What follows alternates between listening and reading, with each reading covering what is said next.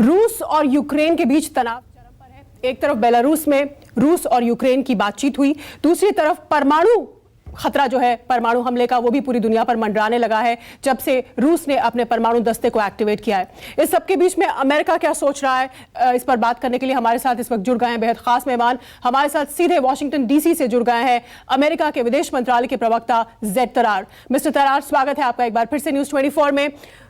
Belarus में रूस और यूक्रेन की बातचीत, दूसरी तरफ रूस ने परमाणु ट्रिगर दबाने की धमकी दी है और तीसरी तरफ यूक्रेन अपनी शर्तों पे इस मामले का निपटारा चाहता है। ऐसे में आपको क्या निकलता हुआ दिख रहा है? अमेरिका में क्या सोच है इसे लेकर? पहली बात तो शुक्रिया बहुत बहुत टाइम देने के लिए। मैं तो ये कहूँगा कि हमने भी देखा है कि उन्होंने अपने न्यूक्लियर फोर्सेस को हाई अलर्ट पर रखा हुआ है और बेशक ये मतलब कहने भी नहीं पड़ता कि ये चिंता वाली बात है। ये कहते हुए आपने शायद सुना होगा कि राष्ट्रपति बाइडेन का ये कहना है कि हम बिल्कुल डी एस्केलेशन की तरफ जा रहे हैं और जाना चाहते हैं, बल्कि चंद हफ्तों से हम कह रहे हैं कि हम बातचीत और शांति वाले रास्ता पर आना चाहते हैं। लेकिन सच ये है कि रूस और पुतिन ने ये सब इनकार किया। उन्होंने बिला वजह एक जंग शुरू किया यूक्रेन में। हम तो ये देख रहे हैं कि इस वक्त शायद रूस एक नया कॉलोनियल पावर बनना चाहते हैं। वो एक बार फिर अपने जो खासतौर पर पुतिन एक बार फिर जो पुरानी रूस के एम्पायर था उनको शायद वापस लेकर आने के लिए कोशिश में है। तो तभी उन्होंने यूक्रेन पर बिला वजह हमला किया। लेकिन इतना हम जरूर कह सकते हैं कि पूरी विश्व इस बात पर जुड़ी हुई है कि ये गलत है और ये हम बर्दाश्त नहीं करेंगे। लेकिन तो इसलिए पिछले 24 घंटों में हमने इंतहाई सख्त प्रतिबंध को कायम किए हैं। लेकिन मिस्टर तरार, रूस का ये कहना है कि उसकी चारों तरफ से घेरेबंदी की कोशिश कर रहे हैं अमेरिका, नेटो देश उसकी सीमाओं पर फौज लाना चाहते हैं और ये कवायद उसी लिए है। इस बीच चीन ने भी आर्थिक प्रतिबंधों की निंदा की है और हम सुन रहे हैं कि उत्तर कोरिया की तरफ से भी ये आया है कि अपनी मिलिट्री प्राउएस जो है, मतलब अपनी सैन्य सुपरमेसी दिखाना चाहता है अमेरिका और रूस के साथ उसका ये बर्ताव गलत है। तो दुनिया फिर एक बार दो धड़ों में बंट गई है। इस क्राइसिस से किसी को फायदा हो नहीं रहा। मैं कहूँगा कि इस क्राइसिस का फायदा बिल्कुल नहीं है पूरे विश्व में। तो आपने ठीक कहा है, वो तो सच है। लेकिन फिर सवाल ये है कि क्राइसिस शुरू कहाँ से हुआ, और वो शायद उसका जवाब एक ही है। वो ये है कि ये मॉस्को और पुतिन से ही शुरू हुआ है। उन्होंने बिला वजह यूक्रेन पर हमला किया।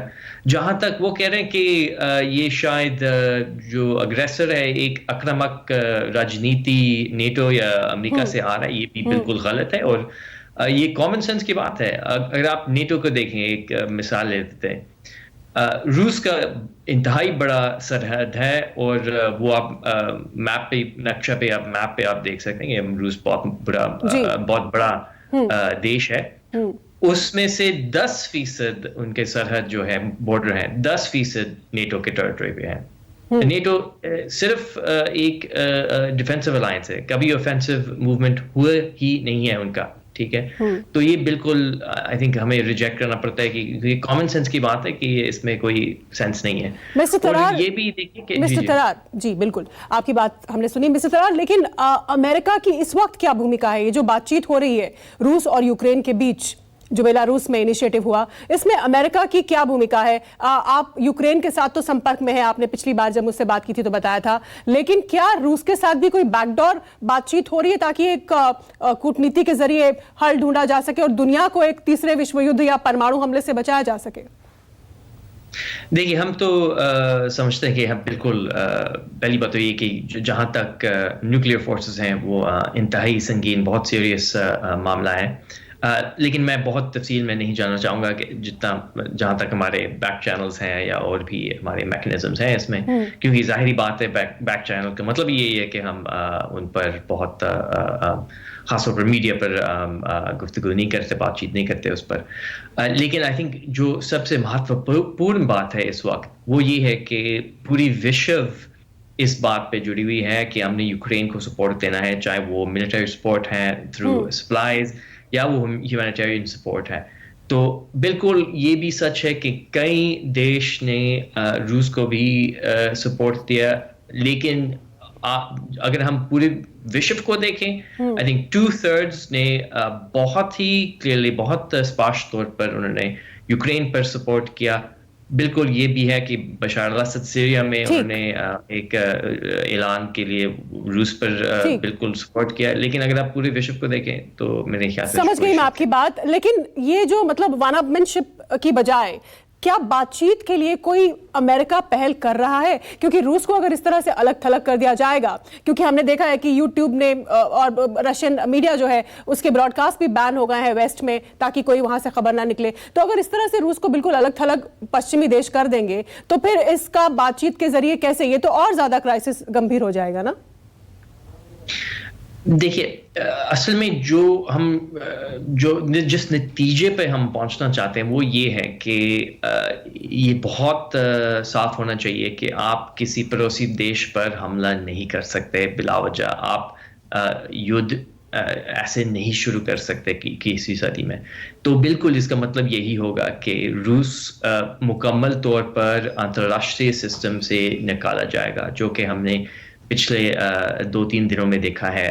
खास तौर पर प्रतिबंध जो लगाए हुए हैं हमने उसके तो फिर बातचीत से कैसे निपटारा होगा? आखिरी सवाल, फिर कूटनीति डिप्लोमेसी को कहाँ मौका मिलेगा? अगर क्योंकि रूस कह रहा है कि वो अपनी शर्तों पर बातचीत करना चाहता है, उसके हित जो है, उसके जो हित हैं या उनके देश के जो हित हैं वो नजरअंदाज नहीं होने चाहिए। तो ऐसे में डिप्लोमेसी को क्या मौका मिलेगा अगर ऐसे स्टेटेड पोजीशंस अपनी अपनी सबकी हैं?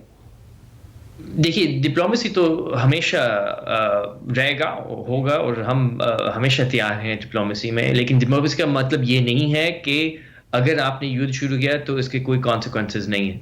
डिप्लोमेसी का मतलब ये नहीं है, या डिप्लोमेसी का मतलब ये नहीं है कि आपने ऐलान किया कि हम बातचीत करने के लिए तैयार हैं, लेकिन ये कहते हुए आप मुसलसल रॉकेट मिसाइल आम लोगों तक पहुंचा रहे हैं यूक्रेन में, और बहुत नुकसान आप पहुंचा रहे हैं यूक्रेन तक। इसका मतलब ये नहीं है कि आप जो मर्जी आप कर लें और बातचीत का भी आप जिक्र करें। तो बिल्कुल ये प्रतिबंध रहेंगे और सख्त किस्म का नुकसान पहुंचाएंगे हम रूस की इकोनॉमी तक, जब तक कि उन्होंने यूक्रेन से अपने जो नाजायज बिला वजह उन्होंने युद्ध शुरू किया, जब तक कि ये खत्म नहीं हुआ। तो ठीक। ज़ैद तरार, अमेरिकी विदेश मंत्रालय के प्रवक्ता, बहुत धन्यवाद हमसे जुड़ने, हमारे साथ बात करने के लिए और जुड़ने के लिए। आपसे आगे भी हम बातचीत करते रहेंगे और अमेरिका का क्या व्यू पॉइंट है, क्या सोचना है इस पूरे मामले पर, लगातार हम अपने दर्शकों को बताते रहेंगे। नमस्कार, मैं हूं मानक गुप्ता। अगर आपको हमारा ये वीडियो पसंद आया हो तो इसे लाइक और शेयर जरूर करें, और हाँ, हमें सब्सक्राइब और फॉलो करना ना भूलें, ताकि आप देश और दुनिया की कोई खबर मिस ना करें। चाहे कोई ब्रेकिंग न्यूज हो या कोरोना वायरस से जुड़ी कोई भी अपडेट, पॉलिटिक्स हो या आपकी जेब से जुड़ी कोई खबर, इलेक्शन की कोई न्यूज हो, कोई कंट्रोवर्सी हो या फिर कोई वायरल वीडियो, सब कुछ मिलेगा न्यूज़ 24 पर। तो जुड़े रहिए हमारे साथ और देखते रहिए न्यूज़ 24।